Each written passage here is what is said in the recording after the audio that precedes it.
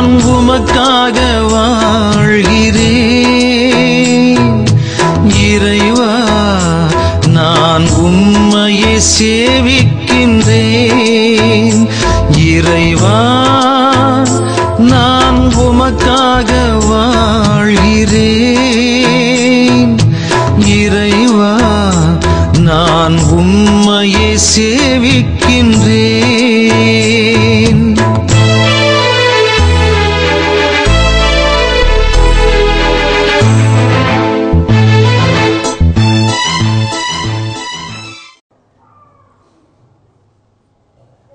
கிறிஸ்துவுக்குள் பிரியமானவர்களே,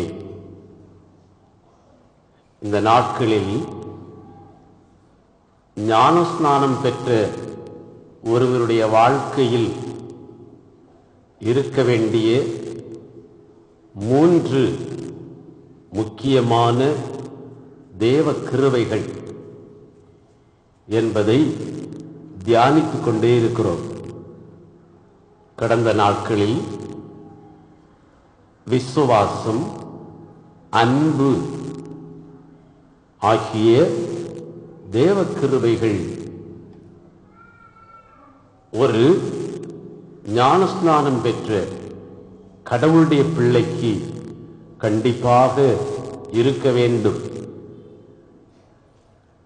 ஆவிக்குரிய சபை 3 முக்கியமான தேவ கிருபைகளை ஞானஸ்நானம் பெற்ற விசுவாசிகள் கொண்டிருக்க வேண்டும் என்று கற்றுக் கொடுத்தது. இந்த 3 தேவ கிருபைகள் விசுவாசம், அன்பு, பரிசுத்தம்.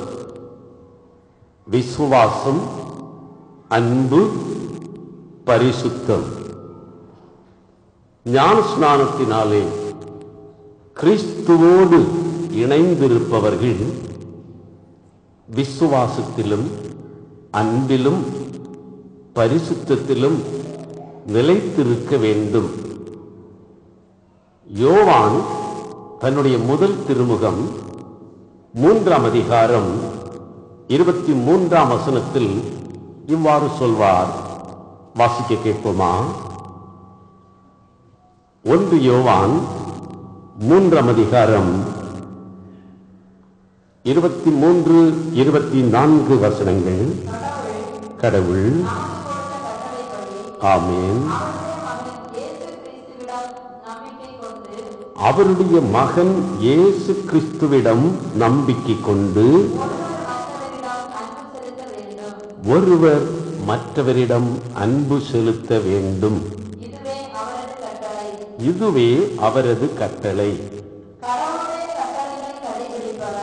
கடவுளுடைய கட்டளைகளை கடைபிடிப்பவர் அவரோடு இணைந்திருக்கிறார். கடவுளும் அவரோடு இணைந்திருக்கிறார். கடவுள் நம்மோடு இணைந்திருக்கிறார் என்பதை அவர் நமக்கு அருளிய தூய ஆவியால் அறிந்து கொள்கிறோம்.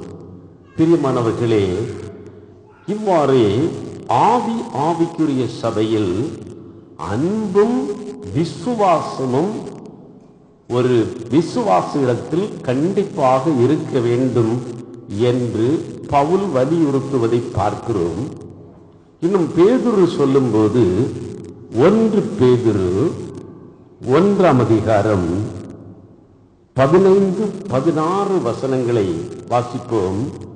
1 பேதுரு 1ஆம் அதிகாரம் 15, 16 வசனங்கள் வாசிக்க கேட்போமா? உங்களை அழைத்தவர் தூய்மை உள்ளவராயிருப்பது போல நீங்களும் உங்கள் நடத்தையில் எல்லாம் தூய்மை உள்ளவர்களாய் இருங்கள். உங்கள் நடத்தையில் எல்லாம் தூய்மை உள்ளவர்களாய் இருங்கள். தொடர்ந்து நீங்கள் ஆமென் ஏனெனில் நாம் தூயவர். பிரியமானவர்களே, இதெல்லாம் ஆவிக்குரிய சபையிலே கொடுக்கப்பட்ட உபதேசங்கள். ஆவிக்குரிய சபை பரிசுத்தத்திலும் அன்பிலும் விசுவாசத்திலும் தரித்திருக்க வேண்டும். எனவே இந்த பாடத்தை நம்முடைய இருதயத்திலே வைத்துக் கொள்வோமா? 3 முக்கியமான கிருபைகளை நாம் எப்போது நமக்குள்ளே கொண்டிருக்க வேண்டும். விசுவாசத்திலும் அன்பிலும் பரிசுத்தத்திலும் நாம் வாழ வேண்டும். நாம் வாழ கற்றுக் கொடுக்க வேண்டும்.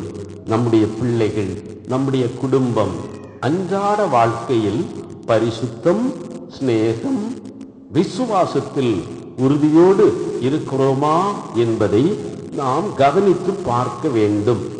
அபிஷேகம் பெற்று ஞானஸ்நானத்தினாலே திருச்சபைக்குள்ளே வந்த ஆதி விசுவாசிகளுக்கு இந்த 3ஐயும் கொடுப்பதில் திருச்சபை மிக மிக கவனமாக இருந்தது. பழைய ஏற்பாட்டிலும் இதே கருத்து இருந்து வந்ததை பார்க்கிறோம். கடவுளுடைய மக்கள் விசுவாசத்திலும் சிநேகத்திலும், கடவுளுடைய மக்கள் விசுவாசத்திலும் சிநேகத்திலும் பரிசுத்தத்திலும் உறுதியாக இருக்க வேண்டும் என்று பழைய ஏற்பாடு போதித்தது. இஸ்ரவேல் ஜனங்கள் தங்களுடைய வாக்களிக்கப்பட்ட வாழ்க்கையை பெறுவதற்கு அவர்கள் விசுவாசத்திலும் சிநேகத்திலும் பரிசுத்தத்திலும் நிலையாக இருக்க வேண்டும் என்று உபதேசிக்கப்பட்டது. முதல் புத்தகங்கள், அதாவது லேவியர் ஆகமத்திலிருந்து நாம் கொடுக்கப்பட்ட உபதேசங்களை பரிசோதித்து பார்க்கும்போது அங்கே பரிசுத்தம் மிக மிக முக்கியமாக கொடுக்கப்பட்டது. பரிசுத்தராக இருங்கள், உங்கள் பரலோக பிதா பரிசுத்தராக இருப்பது போல நீங்களும் பரிசுத்தராக இருங்கள் என்று சொல்லி அந்த பரிசுத்தத்தை அவர்களுக்கு கற்றுக் கொடுத்ததை நாம் பார்க்கிறோமா?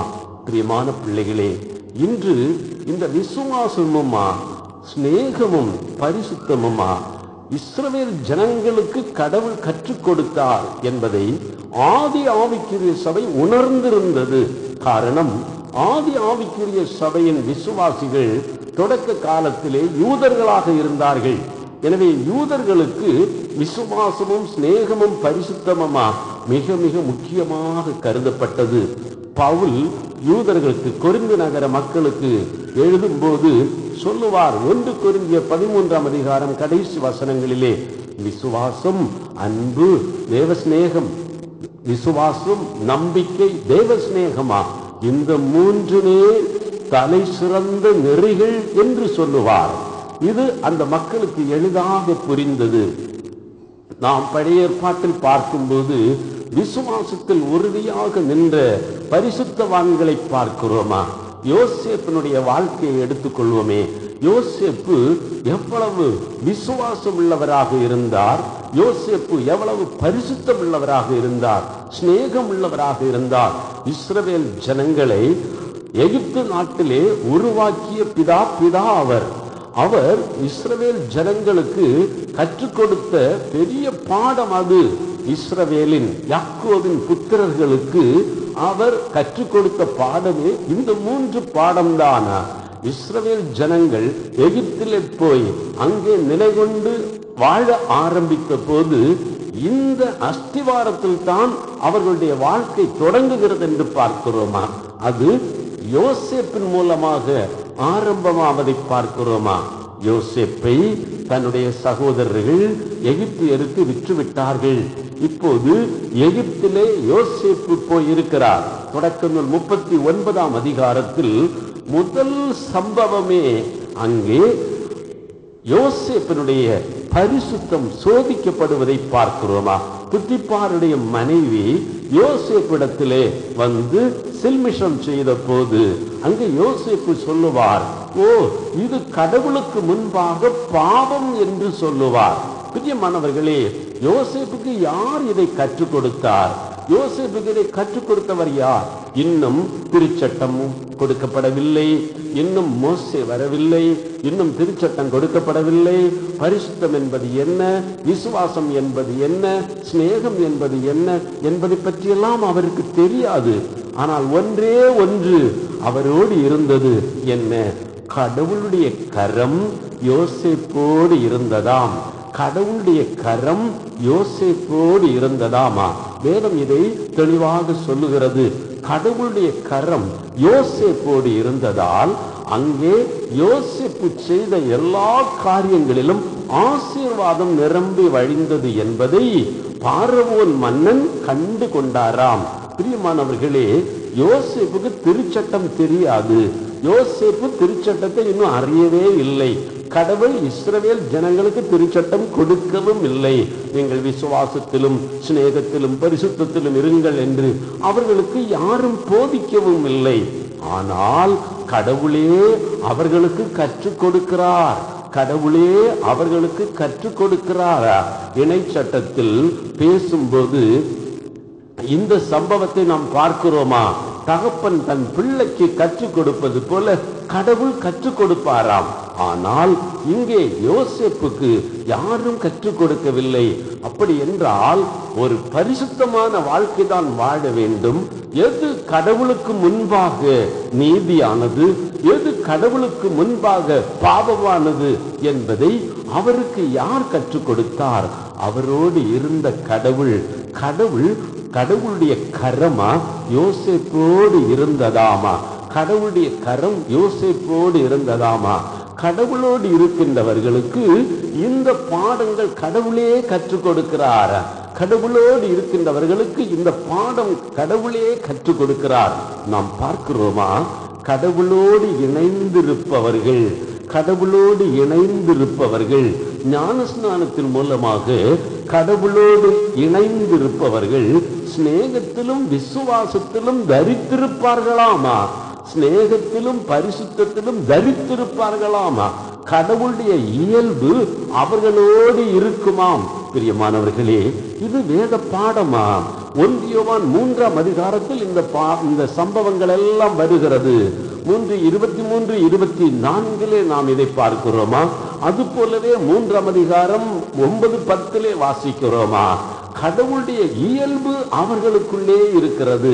கடவுளுடைய இயல்பு என்ன? சிநேகம் கடவுளுடைய இயல்பு, பரிசுத்தம் கடவுளுடைய இயல்பு. யாம் பரிசுத்தராய் இருப்பது போல நீங்களும் பரிசுத்தராயிருங்கள். 1 பேதுரு 1ஆம் அதிகாரம் 15, 16 வசனங்களிலே வாசிக்க கேட்டோமா? கடவுளுடைய இயல்பு இயேசு கிறிஸ்துவோடு இணைந்திருப்பவர்களுக்கு, கடவுளோடு இணைந்திருப்பவர்களிடம் இருக்குமாமா. ஆமென். பிரியமான பிள்ளையே, இது ஆவிக்குரிய சபை கண்டுணர்ந்தது. அவர்கள் அபிஷேகம் பெற்று ஞானஸ்நானம் பெற்று திருச்சபை ஆனதும் அவர்களுக்குள்ளாலே விசுவாச உறுதி கொண்டது. அவர்களுக்குள்ளே சிநேகம் நிறைந்திருந்தது. அவர்களுக்குள்ளே பரிசுத்தம் நிறைந்திருந்தது. இதை அவர்கள் கண்டு கொண்டார்கள். இது அவர்களுக்குள்ளிருந்து வெளியே வந்தது. யாரும் இன்னும் அவர்களுக்கு கற்றுக் கொடுக்கவில்லையே. இதுதான் பாடம், இப்படித்தான் வாழ வேண்டும் என்று யாரும் அவர்களுக்கு கற்றுக் கொடுக்கவில்லையே. கற்றுக் கொடுக்க வேண்டிய காலத்துக்கு முன்பே அபிஷேகம் பெற்றதும் பெந்தேகொஸ்தே நாளன்று உலகத்தின் பல்வேறு பாகங்களிலிருந்து வந்த மக்கள் அபிஷேகத்தை அனுபவித்து ஞானஸ்நானம் பெற்று மீண்டும் அவர்களுடைய நாடுகளுக்கு செல்லுகிறார்கள். இன்னும் வேதம் எழுதப்படவில்லை, இன்னும் அவர்களுக்கு போதனைகள் கொடுக்கப்படவில்லை. ஆனால் அவர்கள் சென்ற விடமல்லாமா அப்போஸ்தலருடைய படிப்பினையை இருதயத்திலே தேவன் கொடுத்தாராம. தேவ படிப்பினைகளை ஆண்டவர் அவர்களுக்கு கொடுத்தார். அபிஷேகமா அவர்களுக்கு எல்லாம் கற்றுக் கொடுக்குமாமா. 1 யோவான் 2ஆம் அதிகாரம் 27ஆம் வசனமா, அபிஷேகம் அவர்களுக்கு எல்லாம் கற்றுக் கொடுத்து கொண்டே இருந்ததாம். என்னென்ன கற்றுக் கொடுத்தது? நீங்க சிநேகமா இருக்கணும், ஒருவர் சிநேகமா இருக்கணும். காரணம், ஆவியானவருக்குள்ளே சிநேகம் இருந்தது. நீங்கள் விசுவாசத்தோடு இருக்கணும். காரணமா, ஆவியானவருக்குள்ளே விசுவாசம் இருந்தது. நீங்கள் பரிசுத்தமாக இருக்கணும். ஏனென்றால் ஆவியானவருக்குள்ளே பரிசுத்தம் இருந்தது. ஆக ஆவியானவரால் ஆட்கொள்ளப்பட்ட தேவ சபை சென்ற இடமெல்லாம் தாமாகவே விசுவசிக்க ஆரம்பித்தது. விசுவாசத்தில் தரிக்க ஆரம்பித்தது, உறுதி கொள்ள ஆரம்பித்தது. இதைத்தான் யோசேப்பினுடைய வாழ்க்கையிலே பார்க்கிறோமா? யோசேப்போடு கடவுளுடைய கரம் இருந்தது. எனவே அவருக்கு தெளிவாக தெரிகிறது, அவர் தேவனுடைய ஆவியினால் ஆட்கொள்ளப்பட்ட பிள்ளை, கடவுளுடைய மகன் என்று அறியப்பட்டவர். கடவுள் அவருடன் பேசுகிறார். இது பரிசுத்தத்துக்கு விரோதமான பாவமா? இந்த பாவம் நான் செய்யக்கூடாது, இது கடவுளுக்கு பிடிக்காது என்று சொல்லுகிறார்.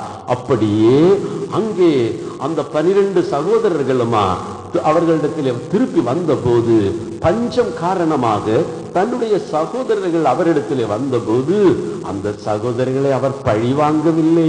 அவரிடத்திலே சிநேகம் இருந்தது. அந்த சகோதரர் அவர் பழி வாங்கவே இல்லையா? அங்கே 45ஆம் அதிகாரம் 50ஆம் அதிகாரங்கள் தொடக்க நூலில் இந்த சம்பவங்களை பார்க்கிறோமா?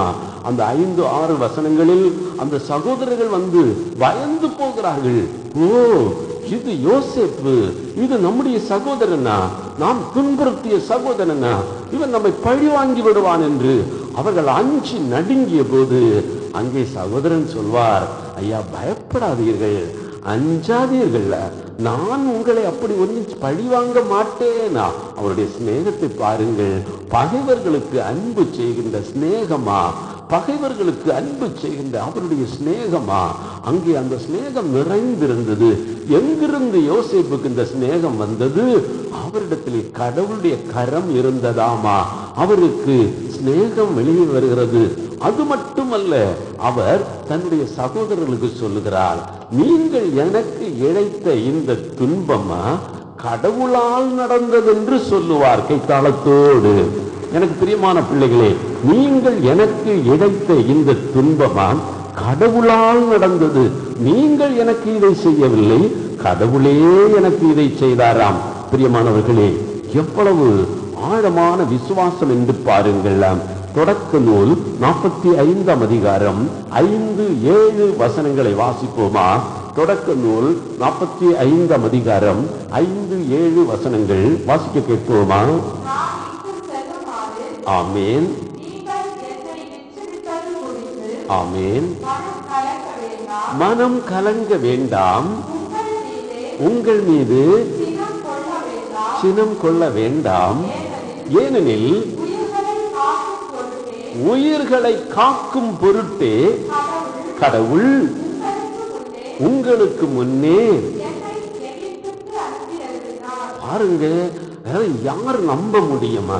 அந்த 12 சகோதரர்கள் நம்பி இருப்பார்களா? அந்த சகோதரர்கள் அதை நம்பி இருப்பார்களா? சகோதரர்களுக்கு ஒன்றுமே புரிந்திருக்காது. அவர்கள் கைகொண்டு அவர்களே எகிப்தியருக்கு விற்றுவிட்ட அந்த சம்பவம் அவர்களுடைய மனக்கண் முன்னே நிற்கும் போது, அல்ல, நீங்கள் விற்கவில்லை, நீங்கள் என்னை எகிப்திற்கு அனுப்பவில்லை, அதை கடவுள் செய்தார் என்று சொல்லுகிறார். அதுதான் ஐயா விசுவாசமா? நடக்கின்ற அனைத்திலும் கடவுளுடைய கரத்தை காண்பவர் விசுவாசி. தன்னுடைய வாழ்க்கையிலே நடக்கின்ற அனைத்திலும் கடவுளுடைய கரத்தை காண்பவர் விசுவாசி. செங்கடலுக்கு முன்னாலே அங்கே இஸ்ரவேல் ஜனங்கள் நின்று கொண்டிருக்கிறார்கள். பின்னால் வருகிற பார்வோனை கண்டு நடுங்குகிறார்கள். ஆனால் அந்த நிலைக்கு உள்ளாலே கடவுளை காண்கிறார் மோசே. அங்கே பார்வோன் அவருடைய கண்ணுக்கு படவில்லை, பார்வோன் அவருடைய கண்ணுக்கு படவில்லை. அங்கே முன்னால் நிற்கின்ற செங்கடல் அவருக்கு கண்ணுக்கு படவில்லை. மாறாக 10 உபாதைகளை தந்து அந்த கொடிய பார்வனுடைய கரத்திலிருந்து தம்மை மீட்ட கடவுள் இருக்கிறாரே, அவரை பார்க்கிறார். அவரை கண்ணுக்கு தெரிகிறது ஐயா. அதுதான் விசுவாசி. கோலியாத்துக்கு முன்னாலே பவுலுடைய மக்களும் பயந்து நடுங்குகிறார். சவுலுடைய மக்களும் பயந்து நடுங்குகிறார்கள். காரணம், அவர்கள் அங்கே கோலியாத்தை பார்க்கிறார்கள். ஆனால் தாவீது கண்டு பயப்படவில்லை, அவனை கண்டு பயப்படவில்லை. காரணமா? அவனை அவர் கண்ணுக்கு படவில்லை. மாறாக சேனைகளின் தேவனாகிய ஆண்டவர் என்னை சிங்கத்துக்கும் கரடிக்கும் கையில் நின்று காத்த வல்லவரான கடவுள் அவருக்கு முன்னால் படுகிறார். அவர்தான் ஐயா விசுவாசி. எனக்கு அருமையான பிள்ளையே, உன்னுடைய அன்றாட வாழ்க்கையில நெருக்கங்கள் கஷ்டங்கள் வரும்போது உன் கண்ணுக்கு முன்னாலே இந்த நெருக்கடிகளையும் கஷ்டங்களையும் பார்த்து இருக்காதே. நீ அமிழ்ந்து போவாய், நீ கடலுக்குள்ளே அமிழ்ந்து போவாய், நீ நெருக்கடிக்குள்ளே அமிழ்ந்து போவாய். உன்னை மீட்டெடுப்பது உனக்கே சிரமமாக இருக்குமா? ஆனால் நீ கடவுளை பார். கர்த்தாவே, நீர் இதில் ஏதோ செய்கிறீர், உமக்கு எல்லாம் தெரியும் அப்பா, நீர் எல்லாம் காண்கிற கர்த்தர் என்று அவரை பார்த்து கொண்டே இரு. இதுதான் விசுவாசமா? இங்கே பரிசுத்தவான்கள் இப்படி விசுவசித்தார்கள். அவர்களிடமிருந்த சிநேகத்தை பார்த்தீர்களா? அவர்களுக்கு துன்பம் இழைத்த போதும் அவர்கள் அஞ்சவில்லை, பயப்படவில்லையா? இது கடவுளிடமிருந்து வந்தது. தாவீதும் அப்படியே செய்வார். சிமேயி அங்கே மண்ணை வாரி போட்டு சபித்த போது, ஓ, இது இவன் அல்ல, இவனுக்கு பின்னாலே கடவுள் இருக்கிறார், என்னுடைய கடவுள் இவனுக்கு பின்னே இருக்கிறார், தாவீதை சபி என்று கடவுள் இவரை அனுப்பி வைத்திருக்கிறார். எனக்கு அருமையான பிள்ளையே, எப்படி விசுவாசத்தை பாருங்கள், அவருடைய சிநேகம். அதுபோல தாவீதுடைய சிநேகத்தை பாருங்கள். 19 முறை தன்னை கொல்லுவதற்காக துரத்தி அடித்த, தன்னையும் தன்னுடைய குடும்பத்தையும் நிர்மூலமாக்கி சிதறப்பட்டு அப்படியே துரத்தி அடித்த, நாட்டை விட்டே துரத்தி அடித்த அந்த சவுல் மன்னன் இறந்தானையா. சவுல் மன்னன் இறந்த போது இந்த நல்ல செய்தியை வந்து ராஜாவிடத்திலே சொல்ல வருகிறார்கள். தாவீதிடத்தில் வரும்போது நிச்சயம் அவர் சந்தோஷப்படுவார் என்று சொல்லி தாங்கள் சவுலை கொண்டவன் வந்து சொல்லுகிறான். ஐயா, தாவீதுக்கு கோபமாக வந்தது. ஐயா, என்ன காரியத்தை நீ செய்கிறாய்? கடவுளால் அபிஷேகம் பெற்ற ஒரு ராஜாவை நீ கொன்றாயா? நீ எவ்வளவு கொடியவன்! கடவுளுக்கு பிடிக்காத காரியமா? கடவுளால் அபிஷேகம் பெற்றவரை தொடுவதற்கு உனக்கு என்ன அதிகாரம் இருக்கு என்று சொல்லி உடனடியாக தன் சேவகனிடத்தில் சொல்லி அவனை வெட்டி கொண்டு விட்டார். கொன்றது மட்டுமல்ல, கண்ணீர் விட்டு ஒப்பாரி விட்டு வைத்து அழுகிறாராமா. எவ்வளவு ஆச்சரியம் பாருங்கள். எனக்கு அருமையான பிள்ளையே, இதுதான் ஐயா சிநேகமா. இதங்க யாரு கற்றுக் கொடுக்கிறார்? இருந்து இப்ப சிநேகிக்கணும், இப்ப இவ்வளவு சிநேகிக்கணும், இப்ப இப்படி சிநேகிக்கணும், இது ஒன்றும் வேண்டாமா? தேவ பிள்ளைகளுக்கு அது தானாக வருமா? கடவுளுடைய மக்களுக்கு அது தானாக வருமா? கடவுள் யாரோடு இருக்கிறாரோ அவர்களுக்கு இது தானாக வருமா? ஞான ஸ்நானம் பெற்ற பிள்ளை கடவுளோடு இருக்கிறாராம், அவர் கடவுளுடைய பிள்ளையாம். 1 யோவான் 3ஆம் அதிகாரம் 9-10 வசனங்களில் இதை பார்க்கிறோமா? 1 யோவான் 5ஆம் அதிகாரம் 18ஆம் வசனத்தில் இதை பார்க்கிறோமா? அவர் கடவுளுடைய பிள்ளையாக இருப்பதால் கடவுள் அவர்களுக்கு பாதுகாப்பாக இருக்கிறாராமா. எனக்கு அருமையான பிள்ளைகளே, சிநேகமா, பரிசுத்தமா? சிநேகம், பரிசுத்தம் அவர்களிடத்திலே எப்போதும் இருந்ததாமா. இது ஆதி ஆவிக்குரிய சபையிலே வலியுறுத்தப்பட்டது. இது புதிதாக வலியுறுத்தப்பட்டது அல்ல. தெய்வ மக்களிடத்திலே பழைய ஏற்பாட்டில் எங்கும் காண முடிந்த காரியம் அது. எங்கும் காண முடிந்த காரியம் அது. பிரியமான பிள்ளைகளே, தானியேலாக இருக்கலாம், 3 இளைஞர்களாக இருக்கலாம், தாவீதாக இருக்கலாமா, யூதித்தாக இருக்கலாமா, இன்னும் தேவ பரிசுத்தவான்கள் பழைய பாட்டில் யாராக இருந்தாலுமா அவர்களிடத்தில் எல்லாமா சிநேகம் நிறைந்திருந்தது. சிநேக ரூபியான தானியேலே என்று கடவுள் கேட்பார். சிநேகம் நிறைந்த தானியேலே என்று தூதர் சொல்லுவார்.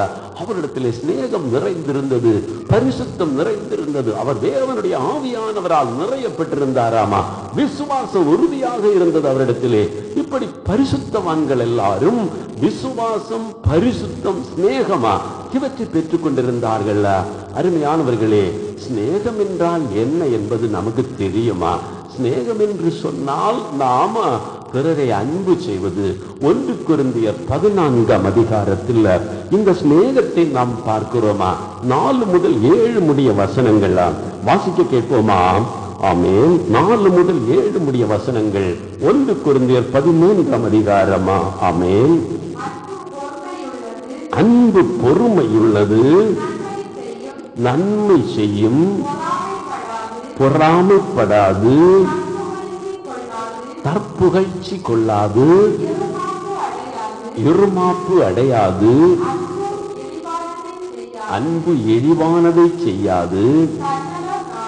ஆமென், ஆமென். தீங்கு நினையாது, அன்பு. பிரியமான பிள்ளைகளே, இந்த பகுதி முழுவதிலேயே நாம் காண்பதெல்லாமே எப்படி சிநேகமா இருக்கணும், இருதயத்தில் இந்த சிநேகத்தை எப்படி வளர்த்து கொள்ளணுமா, ஆவியானவர் இருக்கின்ற இடத்துல இந்த சிநேகம் இருக்கிறதாமா. அவனுமே விசுவாசம் என்பது என்ன? எபிரேயர் 11ஆம் அதிகாரம் முழுக்க முழுக்க விசுவாசத்தை பற்றியே பேசுகிறது. இன்றைக்கு நாம் பாடினோம் விசுவாசம் சுவாசம் சுவாசம் என்று. விசுவாசம் என்பது எல்லாம் கடவுளால், என் கடவுளால் ஆகிறது என்ற ஒரு உறுதியான நிலைய, எல்லாம் ஜீவிதத்தில் அனைத்தும் எனக்கு இயேசு தானா, நான் அஞ்ச மாட்டேன், நான் பயப்பட மாட்டேன், நான் பாவத்தின் சோதனை முன்னால, நான் துன்ப சாப சோதனை முன்னால் நான் அஞ்ச மாட்டேன். என்னை சுற்றி பாவ சோதனை வருமா, துன்ப சோதனை வருமா, எல்லாரும் என்னை கைவிட்டிருப்பார்கள். என் குடும்பத்தார், என் சொந்த பந்தங்கள், நான் நம்பி இருந்த பணம், சொத்து, பதவி எல்லாம் என்னை கைவிட்டாலும் என்னை கைவிடாதவர் ஒருவர் இருக்கிறார். இது விசுவாசமையா. 1 கொரிந்தியர் 10ஆம் அதிகாரம் 13ஆம் வசனமா, 1 கொரிந்தியர் 10ஆம் அதிகாரம் 13ஆம் வசனமா வாசிக்க கேட்போமா? ஆமென். பொதுவாக எல்லாருக்கும் ஏற்படுகிற கஷ்டம் சோதனை என்பது பாவ சோதனை, சாப சோதனை ரெண்டும் உனக்கு முன்னாலே வந்து நிற்கும். ஆமென். வேறு அல்ல, கடவுள். ஆமென். விசுவசிப்பதற்குரியவர், கடவுள் நம்பிக்கைக்குரியவர், கடவுள் விசுவசிப்பதற்குரியவர். எப்படி விசுவசிக்கணுமாம்? ஆமென். அவர் உங்களுடைய வலிமைக்கு மேல் ஆமென் விடமாட்டார். பாருங்கள், நீ கடவுள் விசுவசிப்பதற்குரியவர், கடவுள் விசுவாசத்துக்குரியவர். அவரை நீ விசுவசிக்கலாமா? அவரை நீ விசுவசிக்கலாம். எந்த நெருக்கம் உனக்கு வந்தாலுமா, எந்த கஷ்டங்கள் உனக்கு வந்தாலுமா, எந்த பாவ சூழ்நிலைகள் உனக்கு வந்தாலுமா, நீ கடவுளை பார்க்கணுமா? அப்போ அவர் விசுவாசிப்பதற்குரியவர், அவர் விசுவாசிப்பதற்குரியவர். மற்றெல்லாம் விசுவாசத்துக்குரியது அல்ல. நீ மற்ற எதன் மேல் விசுவாசம் வைத்தாலுமா அவையெல்லாம் போயிருமையா. எரேமியா 17:5 சொல்வது போல எல்லாம் போயிருமா. நீ இந்த உலகத்தில் எதன் மேல நம்பிக்கை வச்சாலும் விசுவாசம் வச்சாலும் சாபத்துக்கு மேல் சாபம் உன்னை தொடருமா. ஆனால் சாபத்தின் மத்தியிலே, பாவத்தின் மத்தியிலே நீ விசுவாசத்துக்குரியவர் ஒருவர் இருக்கிறார். அவர் மேல் நீ விசுவாசம் வைக்கணுமாம். எப்படி விசுவாசம் வைக்கணுமாமா? இந்த துன்பங்களும் கஷ்டங்களும் உலகத்திலே எல்லாருக்கும் வரக்கூடிய துன்பங்கள் தான் ஐயா, எல்லாருக்கும் வருவதான் எனக்கும் வந்திருக்கு என்ற ஒரு உறுதி. தொடர்ந்து வாசிப்போமா? சோதனை வரும்போது அதை தாங்கிக் கொள்ளும் வலிமையை அவர் அருள்வார். அதிலிருந்து விடுபட 4 காரியங்கள் இங்கே நீ விசுவசிக்க வேண்டுமாம். பாவ சோதனைக்கு முன்பே, சாப சோதனைக்கு முன்பே நீ நிற்கும் போது, எல்லாருக்கும் இந்த சோதனை உண்டையா. உலகத்தில் எல்லாரும் நம்மை போல இந்த சோதனைக்குள்ளே இருக்கிறார்கள். எனவே நீ மலைத்து போக வேண்டிய தேவையில்லை. உன் மனதை நீ திடத்தோடு வைத்துக்கோ. பதறி போகாத, டென்ஷன் படாத. எல்லாருக்கும் தானையா இது இருக்கு. 2வது, நீ விசுவாசிக்க வேண்டிய அடுத்த காரியம் என்ன? கடவுள் விசுவாசத்துக்குரியவர், கடவுளால்தானையா இதெல்லாம் நடக்குது. அவரை நினை. நீ 2வது என்ன நினைக்கணுமாம்? ஐயா, என்னால தாங்க முடியாத சோதனை எனக்கு அவர் தர மாட்டார். என்னால மேற்கொள்ள முடியாத ஒரு பாவத்தை கடவுள் எனக்கு தர மாட்டார். எனவே இந்த பாவ சோதனை, இந்த துன்ப சோதனை மேற்கொள்ள முடிந்ததே. இனி அப்படியே 3வதாக தந்தாலுமா அதை தாங்கும் பலன் எனக்கு தருவார். இதை தாங்கும் இந்த போராட்டத்தை, நெருக்கடியிலே நான் உறுதியாக நிற்கக்கூடிய பலனை எனக்கு தருவார். எவ்வளவு ஆச்சரியமான காரியமா. 4வதாக இதிலிருந்து தப்பிக்கும் வழியையும் அவர் எனக்கு காட்டுவார். இது ஒரு விசுவாசியுடைய நிலையா, இது ஒரு விசுவாசியுடைய நிலையா. 3வதாக பரிசுத்தம் என்பது என்ன? எனக்கு அருமையானவர்களே, நாம் எல்லாரும் பரிசுத்தராக இருக்க வேண்டும் என்பது கடவுளுடைய திருவுளமா. 1 தெசலோனிக்கேயர் 4ஆம் அதிகாரமா 3ஆம் வசனம் சொல்லுமா, நாம் எல்லாரும் பரிசுத்தராக இருக்க வேண்டும் என்பது கடவுளுடைய விருப்பமாமா. இந்த விருப்பம் நமக்குள்ளே எப்படி நிறைவேறுகிறதாம்? உலகம் உண்டாகும் முன்பே நாம பரிசுத்தராக இருக்கும்படியாக கடவுள் நம்மை தேர்ந்து கொண்டாராமா. கடவுள் பரிசுத்தராக இருக்கிறாரு, அவருடைய பிள்ளைகளும் பரிசுத்தமாக இருக்கணும். கடவுளுடைய சாயலாக இருக்கக்கூடிய பிள்ளைகள் பரிசுத்தமாக இருக்கணும் என்று முன்பே தேர்ந்து கொண்டாராம். எபேசியர் 1:4 இந்த தேர்ந்து கொண்ட மக்கள் இந்த பரிசுத்த கூட்டத்திற்கு அபிஷேகத்தின் வாயிலாக அந்த பரிசுத்தத்திலே பங்கு கொடுத்தாராமா. ஆவியானவர் மூலமாக அந்த பரிசுத்தத்திலே பங்கு கொடுத்தாராமா. 2 தெசலோனிக்கேயர் 2:13 இந்த பரிசுத்தம் என்பது என்ன? பழைய ஏற்பாட்டின் மக்களுக்கு பரிசுத்தம் என்றால் என்ன என்று புரியுமா? காரணம், இந்த உலகத்தோடு அவர்கள் உறவு வைத்துக் கொள்ளக்கூடாது. இது அவர்களுக்கு கற்றுக் கொடுத்த பாடமா? சில குறிப்பிட்ட வாழ்க்கை முறையை அவர்களுக்கு கொடுக்கிறார். அவர்களை சுற்றி இருந்த வேற்று இன மக்கள் செய்த காரியங்களை நீங்கள் செய்யக்கூடாது. அவர்களுடைய வாழ்க்கை முறையை நீங்கள் பின்பற்றக்கூடாது. கைத்தாளத்தோடு அவர்களுடைய வாழ்க்கை முறையை நீங்கள் பின்பற்றக்கூடாது.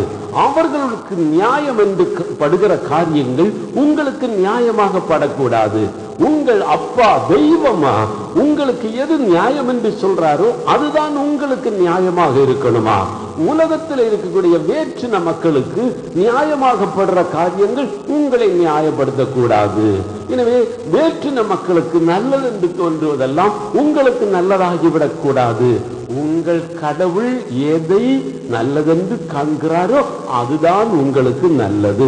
உங்களுடைய கடவுள் எதை நியாயம் என்று சொல்லுகிறாரோ அதுதான் உங்களுக்குரிய நியாயமா? எனவே உலகத்தின் வேற்றினத்தார் மக்களுடைய வாழ்க்கை முறையை நீங்கள் பின்பற்றாதீர்கள் என்று இஸ்ரவேல் ஜனங்களுக்கு சொல்லிக் கொடுத்தார். ஏனென்றால் யாம் பரிசுத்தர், நீங்களும் பரிசுத்தராயிருங்கள், இந்த வேற்றின மக்களுடைய வாழ்க்கை முறை உங்களுக்கு ஆகாது என்று சொன்னார். எனவே தங்களை பரிசுத்தப்படுத்துவதற்காக அவர்களுக்கு எப்போதும் சொன்னார். அவர்கள் வேற்றின மக்களை போல விழுந்து விடுகிற சந்தர்ப்பங்களில் உடனடியாக வந்து தங்களை தூய்மையாக்கிக் கொள்ள சுத்திகரிப்பு சடங்குகளை கொடுத்தார். உங்களை எப்போதும் பரிசுத்தமாக வைத்துக் கொள்ளுங்களா, நீங்கள் வேற்றின மக்களைப் போல் வாழக்கூடாது என்று சொல்லி அவர்களை கண்டிப்பாக சொன்னார். அதே கருத்தை தானா இங்கே புதிய ஏற்பாட்டிலும் பார்க்கிறோமா? யாக்கோபு 1:27 யாக்கோபு 1:27 வாசிக்க கேட்போமா? தந்தையாம் கடவுளுடைய பார்வையில் தூய்மையானதும் மாசற்றதுமான சமய வாழ்வு எது எனில் துன்புறும் அனாதைகளுக்கு கைம்பெண்களையும் கவனித்தலும் உலகத்தால் கரைபடாதபடி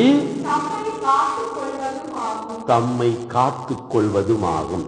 உலகத்தால் கரைபடாதபடி தம்மை காத்துக் கொள்வதுமாகுமா? எனக்கு பிரியமான பிள்ளைகளே, உலகத்தால் கரைபடாதபடி நம்மை காத்து கொள்ள வேண்டுமாமா? உலகம் என்பது இங்கே என்ன உலகமா? நெறிகட்ட உலகம் என்று பைபிள் சொல்லுகிறது. பாவ உலகம் என்று பைபிள் சொல்லுகிறது.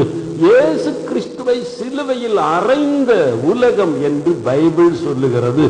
இன்றுமா கடவுளுக்கு பிரியமில்லாத காரியங்களை செய்து நித்தம் இயேசுவை சிலுவையில் அறைந்து கொண்டிருக்கின்ற பாவ உலகம், இந்த உலகத்தோடு உங்களுக்கு உறவு ஆகாது. எனவே ரோமையர் 12:2 சொல்லுவார, உலகத்தின் மாதிரியை நீங்கள் பின்பற்றாதீர்கள் என்று. அவனுமே யோவான் நற்செய்தியிலுமா ஆண்டவர் கடைசியாக சொல்லுவார, உலகம் உங்களை வெறுக்கிறது என்றால் அது உங்களை வெறுக்கும் முன்னே என்னை வெறுக்கிறது. இயேசு கிறிஸ்துவை வெறுக்கின்ற உலகம் ஐயா, அந்த உலகத்தோடு நீ உறவு வச்சு கொள்ளாதே. அதுதான் உன்னை பரிசுத்தமாக பாதுகாக்க வேண்டியது. நான் ஏற்கனவே சொன்னது போல பழைய ஏற்பாட்டில் கொடுக்கப்பட்ட அதே போதனை இங்கே கொடுக்கப்படுகிறது. புற இனத்தாருடைய வாழ்க்கை முறைகளை நீங்கள் பின்பற்ற கூடாது என்று சொன்னார். அவர்களுடைய நீதி நெறிகளை நீங்கள் பின்பற்ற கூடாது என்று சொன்னார்.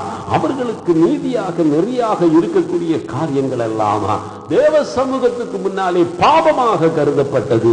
எனவே அவர்களுடைய பேட்டர்ன் ஆஃப் லைஃப், வாழ்க்கையின் மாதிரி உங்களுக்கு மாதிரியா இருக்கக்கூடாது என்று இஸ்ரவேல் ஜனங்களுக்கு கண்டிப்பாக சொன்னாரா. அவர் தன்னுடைய ஜனங்களுக்கு அந்த கானான் தேசத்தை கொடுத்த போது அந்த மக்களுக்கு சொல்லுவார, உங்களுக்கு இந்த தேசத்தை கொடுத்து விட்டேன், ஆனால் உங்களுடைய எதிரிகளை நான் அழிக்கவில்லை, உங்களை சுற்றிலும் அந்த எதிரிகளை வைத்திருக்கிறேனா, அவர்களை இந்த இடத்திலிருந்து வெளியேற்றினேனே ஒழிய அவர்களை அழிக்கவில்லை, இங்கிருந்து அவர்களை நான் வெளியேற்ற காரணமாயிருந்த அவர்களுடைய பாவங்களை நீங்களும் செய்தால், கவனிங்க, உங்களிடமிருந்து இந்த இடத்திலிருந்து அவர்களை வெளியேற்ற காரணமாயிருந்த அவர்களுடைய பாவங்களை நீங்களும் செய்தால் நீங்களும் இங்கிருந்து வெளியேற்றப்படுவீர்கள். கைத்தாளத்தோடு கருமையானவர்களே, வண்ணமே அவர் செய்து விட்டார். பிரியமான பிள்ளைகளே, இதுதான் பரிசுத்தம் என்று சொல்வது. நெறிகட்ட உலகமா, நெறிகட்ட உலகமா? என்ன நெறி? வேத நெறி, வேத நெறி, வேத நெறியை இழந்த உலகமா? இந்த உலகத்தோடு நீ சமரசம் செய்து கொள்ளக்கூடாது, இந்த உலகத்தோடு கைகோர்த்து நீ வாழக்கூடாது. அது அவிசுவாச உலகமா? அவர்களுக்கென்று வேறொரு வாழ்க்கை முறை இருக்கிறது. அந்த உலகம் பிசாசின் அலகையின் ஆட்சிக்குள் இருக்கிறது. அந்த உலகம் அலகையின் ஆட்சிக்கு உட்பட்டு இருக்கிறது. அந்த அலகையின் ஆட்சிக்கு உட்பட்டிருக்கக்கூடிய பாவ உலகத்துக்கு நிறைய காரியங்கள் நியாயமாகப்படுமா, நிறைய காரியங்கள் ஒழுக்க நெறியாக இருக்குமா, அதையெல்லாம் நீயும் எடுத்துக்கொள்ளாதே, பரிசுத்தத்தை இழந்து போகாதே என்று சொல்லுகிறார். என் ஆண்டவர் நம்மை பார்த்து சொல்லுவாரா, நீங்கள் பரிசுத்தத்துக்கென்றே அழைக்கப்பட்டீர்கள் என்று சொல்லுகிறார். நீங்கள் பரிசுத்தத்திற்கென்றே அழைக்கப்பட்டீர்கள். பிதா, பரலோக பிதா பரிசுத்தராயிருப்பது போல நீங்களும் பரிசுத்தராயிருங்கள் என்று சொன்னார். பிரியமான பிள்ளைகளே, நாம ஒழுக்க நெறியிலே சரியாக இருக்க வேண்டுமா? உலகம் காட்டும் ஒழுக்க நெறி அல்ல, வேதம் காட்டும் ஒழுக்க நெறியிலே. இங்கே உலகம் என்பது பாவ உலகத்தை சொல்லி இருக்கிறது. யாக்கோபு 4:4 சொல்வார், நீங்கள் உலகத்தையும் அன்பு செய்து கடவுளையும் அன்பு செய்ய முடியாதையா. நீங்கள் வாழுகிற சமுதாயத்திலே சில அனுகூலங்களுக்காக, சில நன்மைத்தனங்களுக்காக பாவ உலகத்தில் இருப்பவர்களை நீங்க பிளீஸ் பண்ணி, அவங்களை நீங்க சமாதானப்படுத்தி, அவங்களோட நட்புறவு செய்து கைகோர்த்து வாழ வேண்டிய சந்தர்ப்பங்கள் வருமா? அப்போது ஜாக்கிரதையாயிருங்கள். பாவ கரத்தோடு நீங்கள் உங்கள் கரத்தை, பரிசுத்த கரத்தை பிணைத்துக் கொள்ளாதீர்கள் அற்ப உலக ஆதாயங்களுக்காக. எனவே தான் யாக்கோபு 4:4 சொல்வார, உலகத்தையும் அன்பு செய்து கடவுளையும் அன்பு செய்ய முடியாது. ஒன்றை பகைத்து இன்னொன்றை அன்பு செய்யத்தான் முடியுமா? நீ உலகத்தை அன்பு செய்தால் கடவுளை பகைக்கிறாய் என்று சொல்கிறார். அவ்வண்ணமே 1 யோவான 2 15 முதல் 17 முடிய வசனங்களா, இந்த உலகமா, இந்த உலகத்தை பற்றி நீங்கள் ஜாக்கிரதையாக இருங்களா, இந்த உலகத்தில் இருக்கக்கூடிய தீமைகள் எல்லாம் பற்றி ஜாக்கிரதையாயிருங்கள், அதோடு நீங்கள் உறவு கொள்ளாதீர்கள் என்று சொல்கிறார். அதுதான் பரிசுத்தத்தின் நிலையா. முக்கியமான பிள்ளைகளே, அப்படி ஒரு பரிசுத்தத்தை ஆண்டவர் எதிர்பார்க்கிறாரா? இந்த பரிசுத்தம் என்பது ஆவியானவரால் நமக்கு கொடுக்கப்படுவது. ஆவியானவருக்குள்ளே இணைந்திருக்கக்கூடிய பிள்ளைகளா, இயேசு கிறிஸ்துவுக்குள்ளே இணைந்திருக்கிற பிள்ளைகளா, சிநேகத்தோடு வாழ்வார்கள். 1 யோவான் 5 1 1 யோவான் 5 1 வாசிப்போமா? ஆமென்.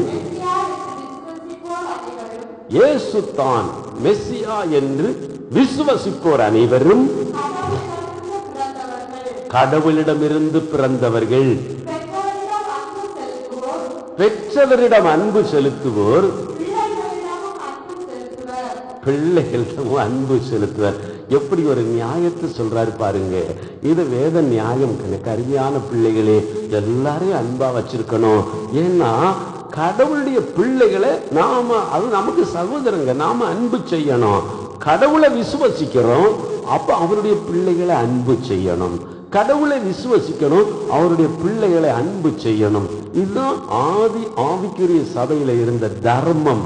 இதுதான் ஆதி ஆவிக்குரிய சபையில இருந்த நீதி. எனக்கு அருமையானவர்களே, இந்த நிறைய நாம பின்பற்றுவோமா? பரிசுத்தமாக வாழணுமா? அதே வேளையில நாம ஸ்நேகத்தோட எல்லாரோடும் இருக்கணுமா? தியாகமான ஸ்நேகமா? பொறுத்து போற ஸ்நேகம், சகிச்சு போற ஸ்நேகமா? அது போலவே கடவுளோட விசுவாசமா? சாவதாயினம், வெளிப்பாடு 2:10 படி சாவதாயினமா? விசுவாசத்திலே உறுதியாக இருங்கள், மனம் தளர்ந்து போகாதீர்களா?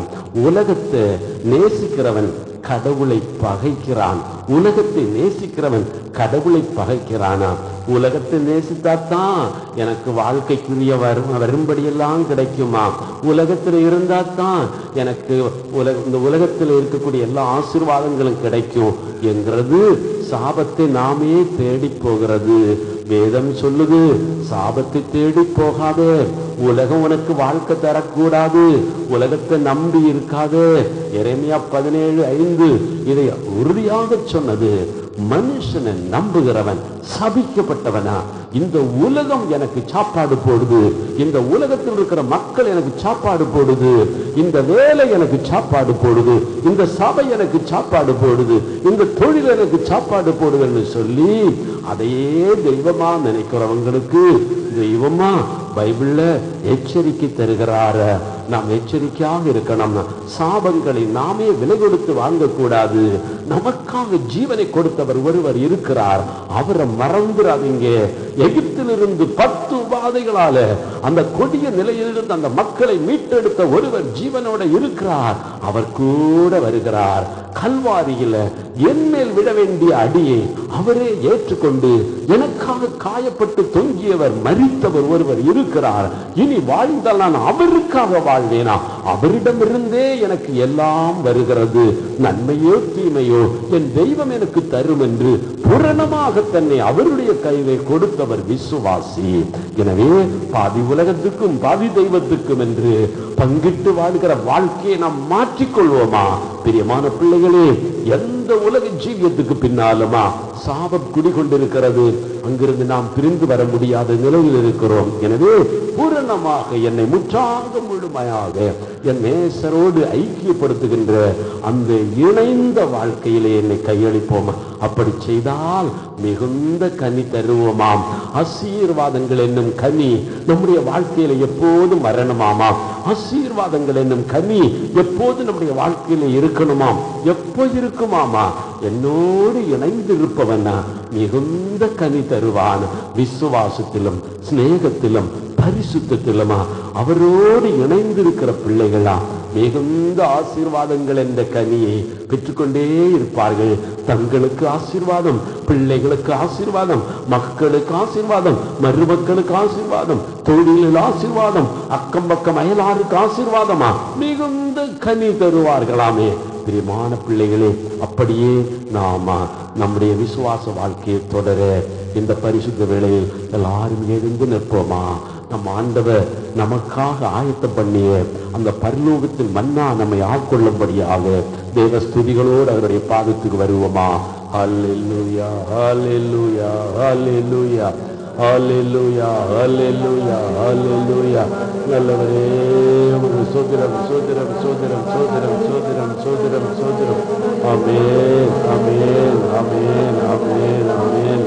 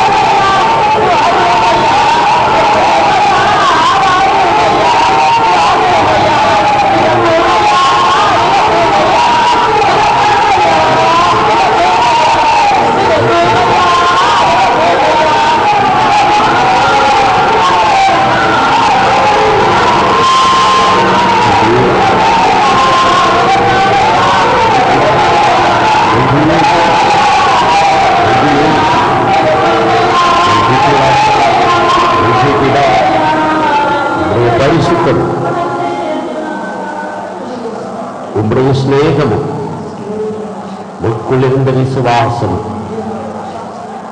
எங்களை ஆட்கொள்வதாக, எங்களை ஆட்கொள்வதாக. ஆவியானவரே, உம்முடைய பரிசுத்தம் எங்களை ஆட்கொள்ளட்டும். உம்முடைய சிநேகம் எங்களை ஆட்கொள்ளட்டும். பாடுகள் நெருக்கடிகள் மத்தியில் எங்கள் நேசர் இயேசுவிடம் இருந்த விசுவாசம் எங்களை ஆட்கொள்ளட்டும். ஆவியானவரே, எங்களை உறுதிப்படுத்தும். யோசேப்போடு இருந்த தேவாவியே எங்களையும் ஆட்கொள்ளும். தானியேலை ஆட்கொண்ட தேவனின் ஆவியே எங்களையும் ஆட்கொள்ளும்.